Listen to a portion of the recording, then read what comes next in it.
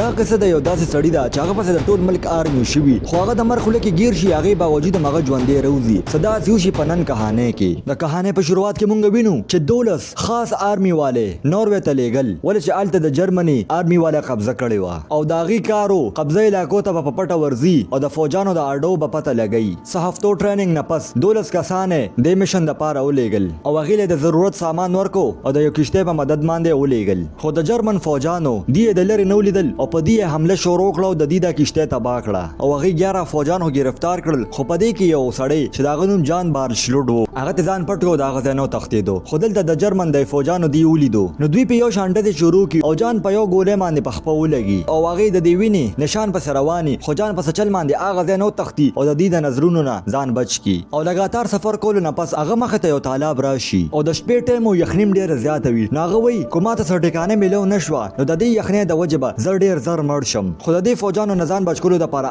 په دې برفیله تالاب کې کوشي او لامبو شروع کړي او دې کې د فوجانو ټوپک په لاس ورسره ټورچونه دي او تلاش یې شروع کړی دي خو هغوی ته سم میلو نه شي نو دلته چې د جنرل حساب ولګو نو هغه وایي چې جان به ضرور په دې برفیله تالاب کې مړ شوي او هغه خپل فوجانو سره واپس راغلو بعد کې یو لوی افسر کرټ سټیج هغه 11 قیدیانو نه پوچھتاچ دپاره راغلو نو هغه ته چې پته ولګي چې دا قیدیان 11 دي او 12 نشته نو هغه ته تپوس وکړي چې 12 قیدي څه شو نو دی ورته دا جنرل وایي چې هغه په برفیله تالاب کې ډوب شو او مړ شو خو کرټ په هغې پورې نه مني چې تر څو پورې د جان لاش نه کتلې او هغه خپل ټوله آرمي په دې علاقه کې خوره کړه او بل خوا جان ډېره مشکله باندې دغه تالاب نه روځي او دغه حالت ډېر زیات خراب شوي وي ولې چې د دې یخنۍ د وجې د هغه خپل لاسونو کار پرېښي وي او هغه ګرځېدی نه شي خو د هغه مخې ته 2 کسان راشي او خوش قسمتۍ سره هغه ښه خلک او هغه جان خپل کور ته راولي نو هغې دله روټۍ ورکړي او ګرم کپړې ورکړي او د هغه زخمونو باندې پټۍ ولګوي او بل خوا ګړ د هغه 11 قیدیانو نه د دې د منصوبو باره کې تپوس وکړو خو چا ورته خپله خوله کولو نه کړه نو هغه په دوی باندې ډېر زیات ظلم زیاتي وکړي او څه کسان پکې ډېر بې رحمۍ سره مړه کړي او کرټ اوس هم هغه 12 کس تلاش کول غوښتل د دې د وجې هغه جان شروع کړي چې دا برفیله تالاب دا پار کول مشکل دی او که نه نو هغه په خپله د تالاب ته ورکوشي او 20 منټه پورې هلته ولاړي نو هغه پوه شي چې دا تالاب پار کول بالکل ممکنه دي او بل خوا چې د جان طبیعت لږ صحیح شو نو هغه خپلو ملګرو د جرمن فوجانو نه رها کولو دپاره وځي او یو سړي هغه د کشتۍ په مدد باندې د تالاب نه بل طرف ته راوستو او هغه د یو بوډۍ ښځې کور ته راورسي نو دا بوډۍ ښځه د ده ډېر خیال وساتي او دله د یو سړي پته ورکړي چې هغه به د ده مدد وکړي او لږ وخت پس جان د هغه ځای نه راووتو او هغه یو داسې ځای ته ورسي چې هلته لرې لرې د اورې نه علاوه بل څه هم نه خو د هغې باوجود هم هغه خپلو دوستانو تلاش کولو دپاره روان وي او اخر کار هغه ځای ته راورسېدو هلته یو ښځه خاوند او یو لور اوسېدل نو دلته ورته جان خپله کهاني ووایي نو هغې ولې د اوسېدو دپاره ځای او ورله خوراک هم ورکړي او یو ورځ ځان ته یو ډېره بده خبره میلو شي دا ښځه یو دوست ده هغه په یو هسپتال کې نرسه وي چې هلته د جان ملګري داخل کړي دي هغې غریبانانو سره دومره ظالمانه برتاو وکړو چې څه پکې پاګلان شو او څه پکې مړه شو نو چې جان دا خبره واوري نو ډېر زیات خفه شي او هغه ځان سره دا سوچ کوي چې زه اوس د دې ملګرو بچ کولو دپاره سم نشم کولی نو هغه دا فیصله وکړي چې زه به د دې فوجانو خفیه ټکانې جانکاري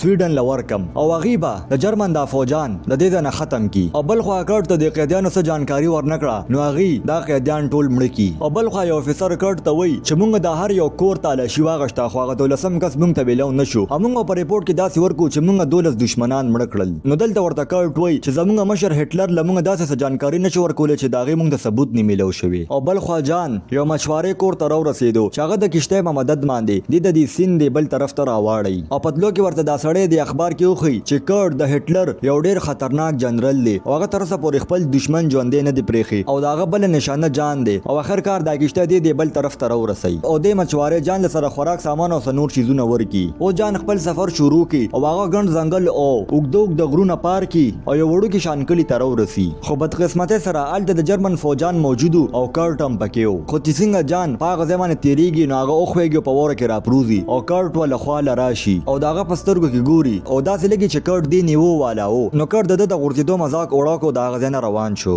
خو لږ وخت پس کرټ پوه شو چې کیدای شي دغه 12 سړی خوني نو هغه ډایرکټ خپل فوج تیار کړي او لږ وخت پس یو جهاز جان پیدا کو او هغه جهاز په جان باندې یو شان ډزې شروع کړې خو یو ګولۍ باندې جان نه لګېدو او هغه وخت کې یو غټ برفیله طوفان راشي چې جان هغې کې ګیر شي خو چې لږ څه وخت پورې د جهاز والا ته جان پیدا نه شو نو هغه د هغه ځای نه لاړو څه غنټو نه پس جان د دې وور نه راوځي او هغه د وور دومره خراب کړي چې د هغه نوکونه مو غورځېږي او د هغه سترګې هم واوره شوي خو د هغې باوجود هم هغه ودرېږي د هغه جسم بېشک مرګ ته جوخت و خو د هغې نه زیاته د ژوندي اوسېدو جذبه وده کې هغه پر خپل ماندرورو مخ کې روانو او بل خوا کړ ته د طوفان باره کې پته ولګي خو هغه ته سم یقین و چې جان جمدې دی او هغه غزه ته فوجان ولېږي جان خدا غزه نه وته خداغه نشیزونه پاتې شوی او هغه فوجانو ته دغه نقشه او ټول سامان ملو شي نو کړ ته چې څنګه دا خبر ملو شي نو هغه د دې علاقې جانچ پړتال شروع کی او هغه دا اعلان وکړي کو چا د جان مدد وکړو نو هغه د خپل ژوندۍ نه لاس وینځي خو جان د مرګ په خوله کې هغه وخت کې میریس او ګډرن دارو خور د جان مدد وکړي خپل کور ته راولي او هغه د زخم باندې مرهم ولګي او د سیدو د پاره ولې یو پټ ځای مرکی یو هفته پس جان په هوش کې راشي او هغه د دې نه راتلو فیصله وکړي خو هغه د ګرځېدو لایق نه وي نو دارو خور د خلکو په مدد باندې د پلرګو واچي او یو خوا کې جومپړې کې کیدی او دلته بوس جان سروزه تیری چې ترسو پر ماحول ټیک شوی ني او یاد د مدد لپاره څوک راغلی ني سروزه خدال د تیری کې خپل د دماغي حالت هم خرابېدو والو او د بار بار دا خوب لیدو چې د جرمن فوجانو زګر کړي مو په ما حمله کوي او بیا غد خپل خپل تو ګوري چې داغه د غوته سړی شوی خو د دې علاج دونه کو نه دا بیماری بدل ټول بدن کې خورش دی نه مړ شي خو اخر کار جان ډیر خطرناک قدم واغښتو هغه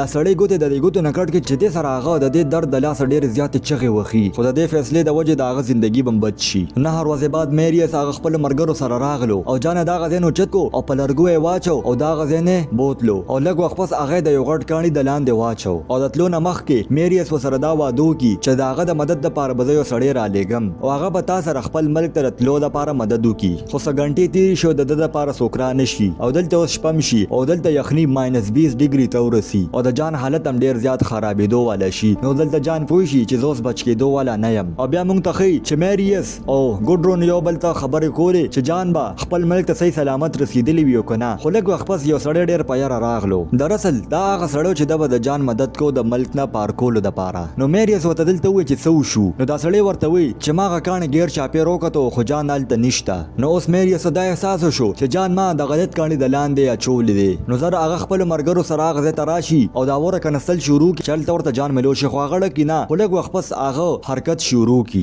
او دومره ورځې بغیر بو خوراک باوجود دی جمدو نو میریس په دمه نسوبوس کی او لږ وخت پس کسان راشي او د ځان سره بوزي د دې زینا او د څه غنټونه روان دي خو دلته جان ډیر زیات کمزوري شوی وي د دې د وجه هغه په یو غوفه کې ودرېږي او جان سره دا يروي چې چرته د جرمن فوجان ما پس را نشي نو د دې کسانو دا سردار وته وي چې یاره مکوا ته دلته بالکل سیف وي او غنه پس دا کسان د جان خیال کول شروع کی او دی به د جان د خپې هغه سړی سکټ کا چې دا بیماری په ټول بدن کې خور نه شي او شپږ ورځې پس د جان طبيعت هم لګ ټیک شوی او هغه د خپل سفر دوباره شروع کی دینه پس دوی په زرګو د باراسنګو مدد واخلي ولې چې په دې سرحد باندې د جرمن د فوجانو اډې وي او د دې پلان داو د دې باراسنګو په مدد باندې با جان د دې سرحد نه اړو او دوی جان د باراسنګو د سردار پسې وتړو د لرګو په مدد باندې او دا غزن روان کو چې د جرمن فوجانو د دومره رش ولیدو هغه تم څه ګړبړ ښکار شي او هغه پر دوربین کې قتل شروع کی خو جان ورته ملو نشي هر څه د پلان په مطابق روانو او جان چې په سمان دی پروت یاغه پړو شي لګو جان هغه ذکر او ورزيږي نو دلته د جرمن د فوجانم دی وویني او ډایرکټ په ډزې شروع کی نو جان په چل باندې د یو کانی د شاته پټ شو او په لږ وخت کې هغه نیول والاو خو لږ وخت کې هغه باراسنګ راشي چې کم پسې دې تړلیو نو هغه تمانچه کې دی او دا تار د باراسنګ په سو تړي او هغه بر تمانچونی سو ډزو کې چې دې سره د باراسنګ یریږي او دا غزنه منډه کی نو هغه د دې فوجانو د سترګو دړوان دی د دې ځنه اوزي او دوی په یو شاندې شروع کی خودي بچوي او لږ وخت پس د سرحد پار کی او د سویډن زمکه تر ورسی